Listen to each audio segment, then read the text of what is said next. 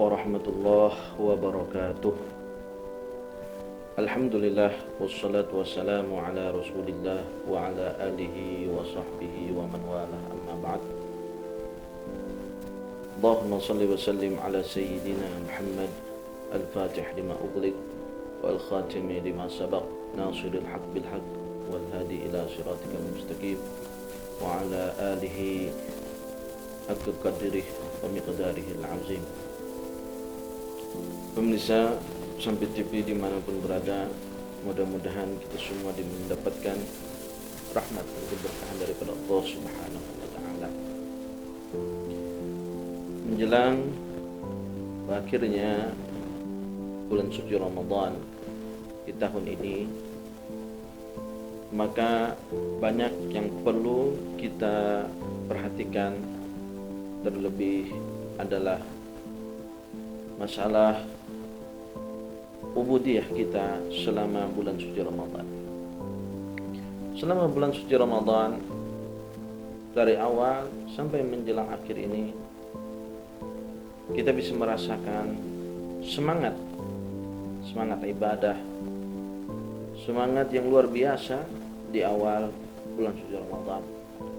Namun ketika mau berakhirnya bulan suci Ramadan, semangat itu berpindah dari yang asalnya untuk ubudiyah, banyak godaan-godaan duniawiyah yang sehingganya kita teledor atau menyia-nyiakan 10 terakhir daripada bulan Ramadan ini. Sungguh di bulan terakhir inilah, di detik-detik terakhir bulan Ramadan inilah, justru semangat kita harus tempa, kita harus kobarkan lagi, sehingga apa? Kita bisa mendapatkan apa yang dijanjikan oleh Allah Subhanahu wa Ta'ala, yaitu satu malam yang bernama malam Lailatul Qadar. Tentunya kita tidak ingin kehilangan momen Lailatul Qadar ini begitu saja. Dan kita tidak ingin berlewatnya bulan suci Ramadan ini dengan sia-sia. Apalagi naudzubillahi min dzalik, sebagaimana yang pernah disabdakan oleh baginda Rasulullah sallallahu alaihi wasallam, yang artinya barang siapa yang menemui Ramadan dan hampir atau habis berlalu Ramadan tetapi dosa-dosanya tidak diampuni oleh Allah Subhanahu wa Ta'ala. Tetapi yakinlah bahwasanya Allah Subhanahu wa Ta'ala wa huwal ghafur wa huwal ghaffar. Allah Subhanahu wa Ta'ala yang memberikan ampunan kepada kita semua. Mudah-mudahan segala dosa-dosa kita dilebur oleh Allah Subhanahu wa Ta'ala, dihapuskan oleh Allah Subhanahu wa Ta'ala, baik itu kesalahan yang sengaja maupun tidak disengaja. Dan akhirnya semua ibadah kita, sholat kita, tarawih kita, tilawah kita, ngaji Quran kita, zikir kita, istighfar kita, sholawat kita, i'tikaf kita selama bulan suci Ramadan ini diterima dan diridhoi oleh Allah Subhanahu wa Ta'ala. Dan tentunya lagi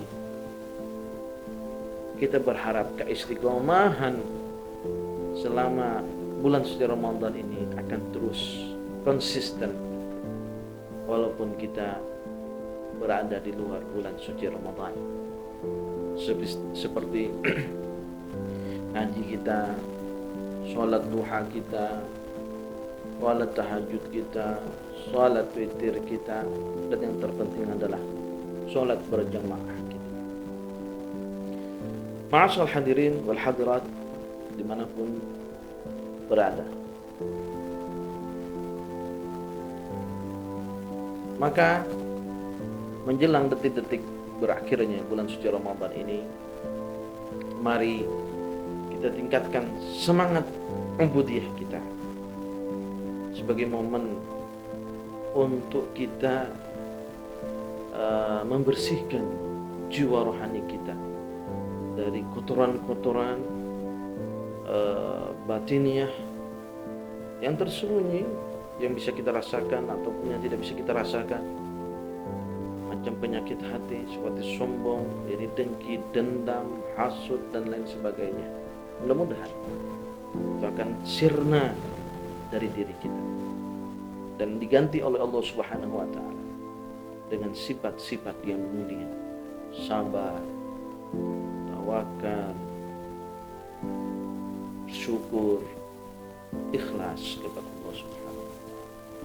Sehingga apa yang dijanjikan oleh Allah Subhanahu wa taala di dalam ayat Al-Qur'an, la'allakum tattaqun, supaya kalian betul-betul menjadi orang-orang yang bertakwa dalam pandangan Allah Subhanahu wa taala. Mudah-mudahan kita semua dijadikan hamba-hamba Allah yang penuh takwa kepada Allah Subhanahu wa taala. Kemudian menjelang berakhirnya bulan suci Ramadan pula, tentu ada hal kewajiban yang mesti kita lakukan lagi, yaitu zakat fitrah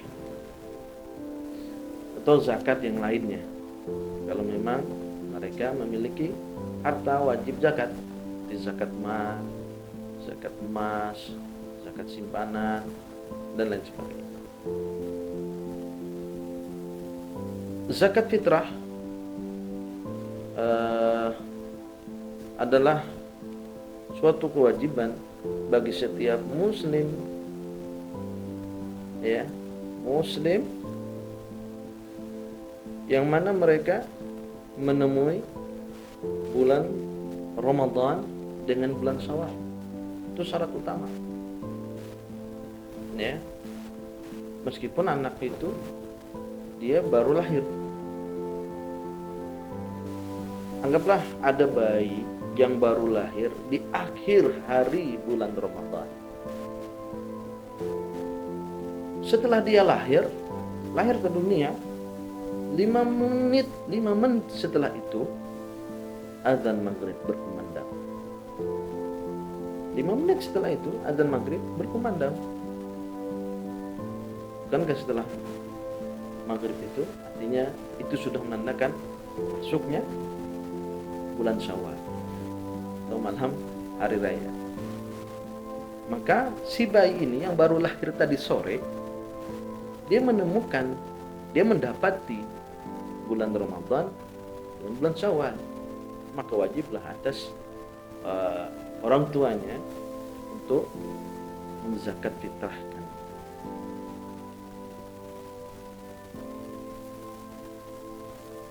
Nah, berkenaan zakat fitrah ini adalah merupakan suatu kewajiban, ya, bagi kita umat Islam. Allah firmankan, A'udzubillahi minasyaitonirrajim. Bismillahirrahmanirrahim. Wa aqimus salata wa atuz zakah wa ma tuqaddimu li anfusikum min khairin tajiduhu 'indallah innallaha bima ta'maluna basir. Kemudian dirikanlah zakat dan dirikanlah salat, kemudian keluarkanlah zakat. Apa yang kita dahulukan untuk diri kita daripada kebaikan, pasti kita akan mendapatnya di sisi Allah Subhanahu wa taala dengan kebaikan. Innallaha bima ta'maluna basir. Sesungguhnya Allah dengan apa yang kita perbuat mengetahui. Kemudian di ayat lain Allah mensifati hamba-hambanya yang beriman, ya, dengan melaksanakan zakat. Alladzina yuqimuna shalah wa mimma razaqnahum yunfiqun. Ulaika humul mu'minuna haqqan. Mereka yang mendirikan salat dan kemudian mereka mengeluarkan zakat yang telah Allah berikan kepada mereka berupa harta. Ulaika humul mu'minun haqqan. Merekalah orang-orang mukmin yang sebenar-benarnya. Bagaimana Allah Subhanahu wa taala mensifati orang yang gemar salat, gemar berzakatnya dengan kewajiban-kewajibannya sebagai seorang mukmin yang benar-benar mukmin sejati. Karena kalau ada orang salat tanpa mengeluarkan zakat, dia juga mardud, tertolak. Ada orang mengeluarkan zakat, dia tidak salat, layak bar, tidak akan diterima oleh Allah Subhanahu wa taala. Ya. Bahkan Kata Imam Abdullah bin Ali al-Haddad di dalam kitab beliau An-Nasaih Ad-Diniyah, bahwasanya wa'lam anna man shalla wa shama wa hajja wa lam yuzakki malahu ma lam yaqbalillahu lahu salatan wala lam yaqbalillahu lahu salatan wala siyaman wala hajja hatta yukhrij az-zakat. Ketahuilah, kata beliau, kalau ada orang yang sholat, berpuasa, pergi haji, umrah berkali-kali, walam yuzakki malahu, tetapi dia tidak mengeluarkan zakat daripada harta yang ia miliki, lam yaqbalillahu lahu salatan, Allah Subhanahu wa taala tidak akan menerima pahala sholatnya, pahala puasanya, pahala haji dan umrahnya. Marut, tertolak sampai hatta yukhrij zakat, sampai dia mengeluarkan zakatnya. Kenapa? Karena segala perbuatan ini senantiasa terikat dengan ibadah-ibadah yang lainnya. La yaqbalullahu min 'amilin al-'amala bi ba'dihha hatta ya'mala biha kullaha. Allah Subhanahu wa taala tidak akan menerima amalan seorang hamba yang dia hanya beramal setengah-setengah. Justru Allah Subhanahu wa taala akan menerima seluruh pahala ibadah yang kita lakukan kalau kita mengerjakan semuanya. Dan itu pun mastata'tum, semampu kalian. Ya. Wa ma amartukum bihi fa'tu minhu mastata'tum wa ma nahaitukum anhu fajtanibu. Kata baginda Rasul sallallahu alaihi wasallam, apa yang aku perintahkan daripada ibadah dan lain sebagainya, fa'tu minhu mastata'tum, lakukanlah, kerjakanlah semampu kalian, ya. Wa ma nahaitukum anhu fajtanibu, dan apa yang aku larang di dalam agama ini jauhilah. Jauh, kita harus jauh, bukan semampu kita menjauhinya. Aduh, saya nggak kuat puasa siang-siang ini, berbuka saja, nggak bisa. Ya, dengan alasan nggak mampu, semampu kalian kan nggak bisa. Apakah kalau sudah Rasulullah SAW melarang satu perbuatan maksiat, tidak boleh kita kerjakan. Kalau orang mau berbuka puasa, dia pun harus dalam kondisi dan situasi yang hampir jiwanya tidak akan tertolong lagi. Ya, misalkan dia pekerja kuli, misalkan kuli pekerja berat, ini kan kebanyakan biasanya para pekerja kuli-kuli nih, kuli-kuli berat nih. Udah dia merasa besok kerja keras, akhirnya dia tidak berpuasa. Tidak boleh. Dalam syariat bagi mereka, meskipun sebagai kuli pekerja berat, mereka tetap diwajibkan untuk berpuasa. Malamnya mereka dianjurkan untuk sholat tarawih. Malamnya mereka wajib untuk mentabyid niatkan, artinya membenam niatkan atau berniat di malam harinya. Kemudian sunnah bagi mereka untuk makan sahur juga, ya enggak? Setelah itu berpuasa, setelah adzan subuh tidak boleh makan minum sampai dia bekerja di siang hari. Dia bekerja di siang hari masih bisa menahan. Lewat tengah hari, ya sudah tidak mampu nih, kondisi situasinya hampir merenggut nyawanya misalkan. Nah, pada kondisi seperti itu sudah teler betul ya, hampir sudah mau mati atau mau meninggal dunia misalkan, baru itu kuli diperbolehkan untuk berbuka puasa. Ya, jadi jangan mentang-mentang kerjanya statusnya sebagai kuli lalu tidak mau berniat di malam harinya, kemudian merasa tidak sanggup untuk berpuasa karena bekerja, tidak boleh. Ya, kalau ada orang begitu dia malah pelaku maksiat. Ini bukan sembarangan, ya. Nah, ini yang ada di dalam kitab-kitab fikih kita, seperti zakat fitrah, zakat mal, ya, zakat emas dan perak, zakat dagang, zakat peternakan, bendanya cuma 3: unta, sapi, kambing atau domba. Kalau ada orang beternak ayam, apakah dia wajib zakat? Dia tidak ada. Karena ainnya, bendanya tidak wajib zakat, kecuali hasil dagangnya. Dia punya hasil dagangnya, daripada itu dia punya simpanan, ya, kemudian duitnya disimpan selama 1 tahun, jadi zakat simpanan nanti.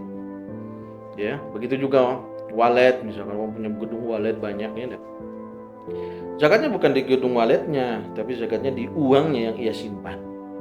Dalam 1 tahun, wah, hampir miliaran dia punya duit, gak habis-habis duitnya, ya enggak? Dia simpan tuh 1 miliar, justru nambah tiap tahun. 1 tahun enggak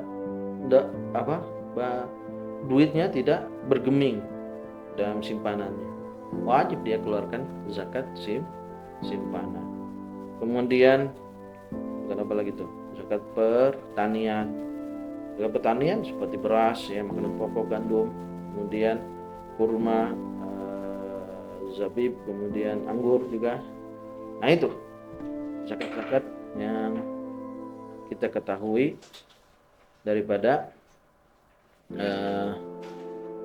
yang ada di dalam kitab-kitab fikih kita. Maka mereka yang bergelut di dunia bisnis, dalam perdagangan, mereka akan belajar, wajib mempelajari tentang zakat perdagangan.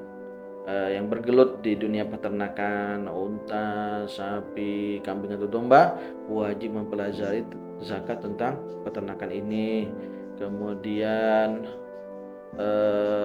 zakat pertanian, seperti bahasa daerah kita ini bahuma, atau bertani padi, maka wajib kita mempelajari tentang zakat pertanian ini, ya. Zakat buah-buahan cuma tadi di kurma, anggur, ya. Kemudian zakat apa lagi? Ya, zakat harta emas dan perak, wajib dia belajar tentang zakat emas dan perak dan semuanya. Maka pada saat zaman modern, milenial sekarang, sudah kita ketahui bersama, akan muncullah beberapa pandangan ulama tentang zakat. Ada yang mengatakan tentang zakat profesi, zakat apa lagi tuh? Zakat profesi, zakat apa lagi banyak gitu, ya. Zakat profesi, zakat apa lagi macam kemarin. Ya, sebagian alhamdulillah ada beberapa orang yang mereka memberi pandangan tentang zakat-zakat di dunia modern yang dikenal dengan fikih kontemporer. Di dalam kitab fikih kontemporer disebutkan beberapa zakat, ya. Artinya zakat profesi, kemudian zakat hasil daripada gaji dan lain sebagainya. Alhamdulillah, mereka yang berpendapat ada yang mewajibkan zakat seperti ini, itu mereka memiliki ijtihad dan istinbat mereka. Tapi kita tetap berpegangan kepada apa yang disampaikan oleh para ulama di buku-buku kitab fikih mereka. Kewajiban zakat itu misalkan pada zakat fitrah, ya, zakat fitrah berupa makanan pokok daerah tersebut. Kalau daerah kita biasa rata-rata orang makan beras, ya, makan nasi, beras. Jadi wajib kita mengeluarkan beras. Besarannya apa? Besarannya 1 sok, yaitu 1 sok ukurannya 4 mud.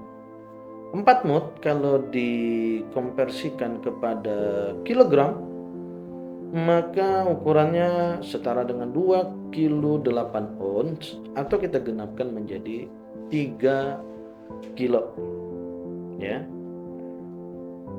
Bisa dimanapun kita berada, kita akan lanjutkan setelah pesan-pesan berikut ini.